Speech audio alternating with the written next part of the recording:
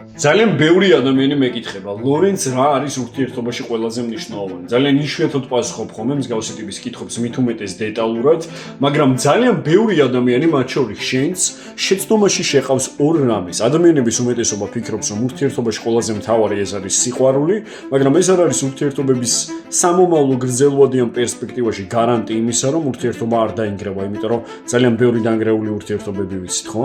ოჯახები ასე შემდეგ. მეორე ეს არის ნება, მაგრამ ნებაც არ არის იმისა განმამტკიცებელი მიზეზი, რომ ეს ყველაფერი არ განელდება, ხო?